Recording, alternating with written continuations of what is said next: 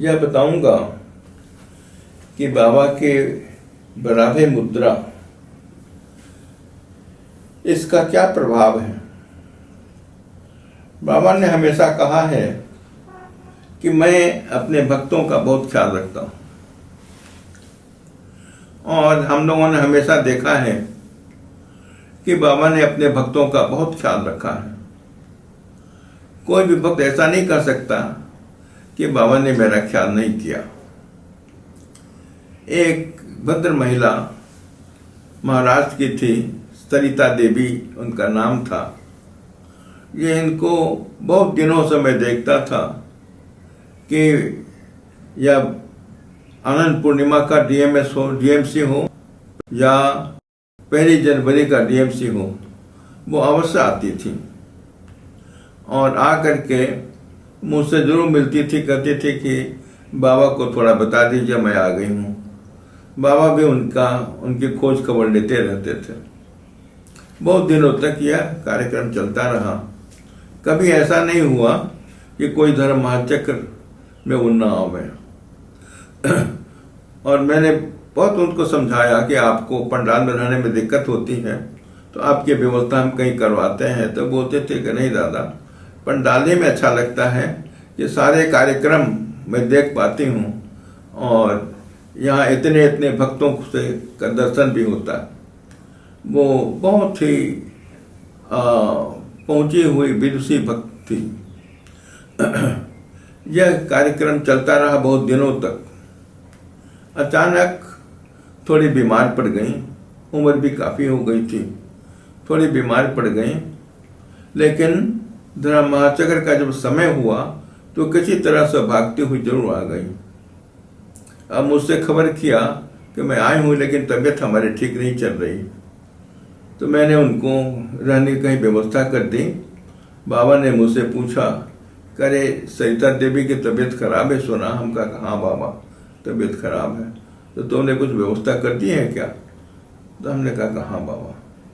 मेरे मन में हुआ कि बाबा इतने लोग, कितने हजार लोग यहाँ आए हुए हैं धर्म महाचक्र में, और एक एक भक्त का बाबा ने अपना ख्याल रखा है। तो उस समय भी वो आई और फिर धर्म महाचक्र खत्म हुआ, घर वापस चली गई। कुछ जब दूसरी बार सर्दी का मतलब दिसंबर में जो डीएमसी होता था जनवरी में, उस समय वो आई तो उन्होंने कहा कि देखो मैं बहुत अब बूढ़ी हो गई हूँ, मेरी एक आँख ठीक देख नहीं पाती है, एक ही आँख से मैं देख पाती हूँ। हमने कहा कि कम से कम देख तो पाती हैं? तो उन्होंने कहा कि हाँ।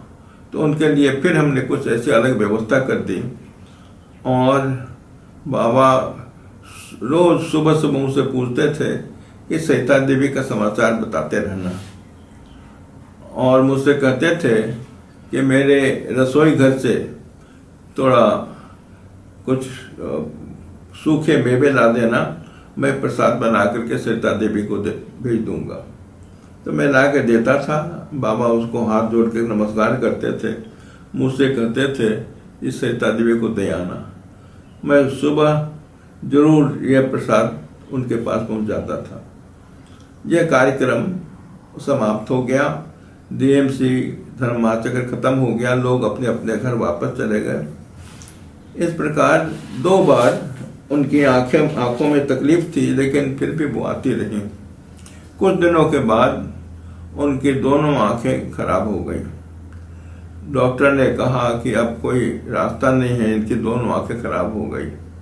उस समय जिसको कैटरेक्ट कहते हैं, मोतियाबिंद कहते हैं, उसका बहुत अच्छा इलाज नहीं होता था, उनके पास इतने पैसे भी नहीं थे, तो उनकी दोनों आंखें खराब हो गई। जब दोनों आंखें खराब हो जाती हैं तब वो सोचते हैं कि मैं क्या करूं, बाबा को देख नहीं पाऊंगी, बाबा की मुद्रा देख नहीं पाऊंगी, तो मेरे लिए अब क्या रास्ता है। यह सोच ही रही थी कि धर्म महाचक्र का समय आ गया। उन्होंने अपने बेटे से कहा कि बेटा मुझे धर्म महाचक्र में ले चलो। बेटे ने समझाया कि माँ तुम सब पर बोझा बनोगी, सबके लिए समस्या होगी, तुम वहाँ क्या करोगे जाके, तुम्हारी तो आंखें काम नहीं कर रही हैं। तो वो मान गई, नहीं आई। 2-4 दिनों के बाद उनके गांव के लोग कुछ आ रहे थे। उन्होंने कहा कि दीदी हम लोग जा रहे हैं, आपकी सब व्यवस्था हम करेंगे, आप मेरे साथ चाहो तो चलो। वो तुरंत तैयार हो गई। जैसे आती हैं वैसे मेरे पास खबर आती है कि सरिता देवी आई हुई है। मैं जाकर के उनसे मिला तो मैंने कहा कि यहाँ नहीं, पंडाल में नहीं, मैं आपकी अलग से व्यवस्था करता हूँ। उनकी व्यवस्था मैंने कर दी। और लेकिन वो सुबह से लेकर के रात तक पंडाल में रहते थे। रात में सोने के लिए चली जाती थी। गांव के लोग थे, वही लेके मेरे घर में आते थे, वहीं पर सो जाते थे। तो उस समय भी बाबा ने मुझसे कहा कि रोज उसे मेरा प्रसाद पहुंचा दिया करना। तो मैं सुबह और शाम दोनों समय उनको प्रसाद ला करके उनको देता था। बड़े खुश होती थी। तो मुझसे कहते हैं एक दिन कि दादा मन में एक बड़ी तीव्र इच्छा है। मैंने पूछा कि बोलो दीदी क्या इच्छा है तुम्हारी? वो कहती है बाबा से बोल के देखो, और मुझे कुछ नहीं चाहिए। एक झलक जब बाबा मुद्रा दें तो एक झलक मुझे दिखलाई पड़ जाए तो बहुत मेरा कल्याण होगा। मैंने बाबा से तो कहा नहीं, मन ही मन सोचता रहा कि कैसे बाबा से कहूँ, कर नहीं पाया। लेकिन बाबा तो सबके हृदय की बात जानते हैं। तो जिस दिन 3 दिन धर्माचक्र का कार्यक्रम होता था, 2 दिन बाबा के प्रवचन होते थे और तीसरे दिन धर्माचक्र का कार्यक्रम होता था, जिस दिन बाबा बराबर मुद्रा दिया करते थे। तो वो माता जी सरिता देवी सोच रही है कि आज तो बाबा का महाचक्र की मुद्रा होगी, मैं देख नहीं पाऊंगी। यही सोच रही थी बार बार। फिर सोचा कि बाबा की अगर कृपा हो जाती तो एक झलक मुझे मिल जाए तो मैं सोचूंगी कि मेरा कल्याण हो गया। जैसे बाबा का प्रवचन खत्म होता है, बाबा शंख जत्थम गाते हैं, फिर बाबा कहते हैं ओम ओम ओम। बाबा जैसे करने लगते हैं, सरिता देवी समझ लेती हैं अब बाबा तो मुद्रा देने वाले हैं। बार बार ये सोचती हैं कि बाबा एक झलक तो दिखलाई पर दे दे आपकी मुद्रा। तो वो जैसे बाबा ने मुद्रा दी, आसपास में देख रही हैं कि मुझे तो सब कुछ दिखलाई पड़ रहा है, क्या हो गया? उन्होंने बाबा की मुद्रा देखी। मुद्रा देखी तो उन्होंने सोचा कि शायद मेरे लिए भ्रम होगा। फिर सोचा कि नहीं भ्रम नहीं है, बाबा जैसे मुद्रा देते थे वैसे ही दे रहे हैं। और केवल देख रहे हैं कि बाबा स्टेज पर बैठे हैं, दादा लोग स्टेज पर बैठे हुए हैं, और मुझे भी उन्होंने देखा। सोचने लगे कि यह क्या हो गया, मैं तो बाबा की मुद्रा ही नहीं सब कुछ देखने लगी। तो अब वो उनसे रहा नहीं गया। धर्माचक्र का कार्यक्रम खत्म हुआ, बाबा अपने कमरे में जाते हैं। मैं भी स्कूटर मेरे पास होती थी, मैं स्कूटर से पीछे पीछे आता हूँ और ऊपर जाकर के बाबा से मैंने कहा कि बाबा बहुत देरी हो गई, अब मैं भोजन की व्यवस्था करता हूँ। तो बाबा कहते हैं हाँ जी बहुत देरी हो गई, भोजन की व्यवस्था जल्दी कर दो। तो कोई नीचे से आता है, बोलता है कि दादा आपको कोई भद्र महिला मिलना चाह रही है, बोलती हैं कि बस 1 मिनट के लिए मिलना चाहती हूँ। मैंने कहा कभी बाबा का भोजन का समय हो गया। बाबा अंदर से कहते हैं कि एक काम करो, मुझे थोड़ा अभी समय लगेगा, तुम उनसे मिल के आ जाओ। मैं जब नीचे आता हूँ तो देखता हूँ कि सरिता देवी वहाँ खड़ी हैं। मैंने कहा दीदी आपको दिखलाई तो कुछ पड़ती नहीं, मैं आप यहाँ क्यों आ गई? नहीं दादा ऐसा नहीं, बिल्कुल दिखलाई पड़ती है। मैं तो मेरी दोनों आंखें काम कर रही हैं और मैं बाबा की मुद्रा तो देखी ही और सब कुछ देख रही हूँ। तो बोलती हैं कि मैं तो अब बिना चश्मे की कुछ पे अखबार भी पढ़ सकती हूँ, मेरी आंखें इतनी अच्छी हो गई। तो ये जाकर के बाबा को थोड़ा बोल दीजिए और कुछ नहीं कहना। और वहाँ खड़े खड़े उनकी आंखों से आंसू झरने लगे। मैं ऊपर जाता हूँ। जैसे ऊपर गया, बाबा अपने कमरे से बाहर निकलते हैं और जिस बाथरूम से बाहर निकलते हैं और कहते हैं कि देखो भक्तों के आगे भगवान की भी कुछ नहीं चलती। सरिता देवी को इतनी इच्छा थी कि मैं एक मुद्रा देख सकूं। मैंने सोचा कि सरिता एक मुद्रा ही क्यों देखोगे, मैं तुम्हारी ऐसी व्यवस्था करता हूँ कि तुम दुनिया में सब कुछ देख सको और पहले से भी ज़्यादा अच्छी तरह से देख सको। इसलिए मैंने उनकी दोनों आँखों की रोशनी वापस दे दी। तो बाबा कहते हैं, बोलो मैंने ठीक किया ना?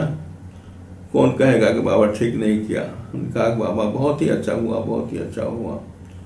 तो कहते हैं, सरिता देवी अभी नीचे है क्या? मैंने कहा कि हाँ बाबा नीचे। थोड़ा अगर आस्ते के ऊपर तो ऊपर ले आओ। तो बाबा ने भोजन कर दिया और सरिता देवी जब ऊपर आती हैं इतना खुश, तो बाबा कहते हैं, सरिता तुम जितना खुश हो उससे ज़्यादा मैं खुश हूँ। तुम्हारे अंदर की जो इच्छा थी उस इच्छा की पूर्ति तो हो गई। तो हाँ बाबा, पूर्ति हो गई। तो बाबा उनके जाने के बाद कहते हैं कि देखो, भक्तों के हृदय की बहुत अभिलाषा होती है, बहुत इच्छाएं होती हैं। जो इच्छा बहुत ही जेन्युइन होती है, जो कि इच्छा होनी चाहिए, ऐसे इच्छाओं का मैं बहुत देख रेख करता हूँ। सरिता देवी की आंतरिक इच्छा ये कोई बुरी नहीं थी, वो तो मुझे ही देखना चाहती थी। तो मैंने सोचा कि मैं अपने को कब तक छिपाऊं। मैंने अपने को एक्सपोज कर दिया। उन्होंने मुझे भी देखा। आज अपनी दोनों आंखों से सारी दुनिया को देख रहे हैं। इसके बाद तो 4-5 वर्षों तक मुझे याद है, 1990 तक वो आती रहीं और उनकी दोनों आंखें ठीक रहीं। काफ़ी उम्र के बाद उनका देहांत हुआ। हमारे ख्याल से बाबा के महाप्रयाण के काफ़ी वर्षों के बाद उनकी आंखें अंत तक बिल्कुल सही रही और वो बोलती थी कि मेरी आंखें तो इतनी सही है कि मुझे अब चश्मे की जरूरत भी नहीं पड़ती।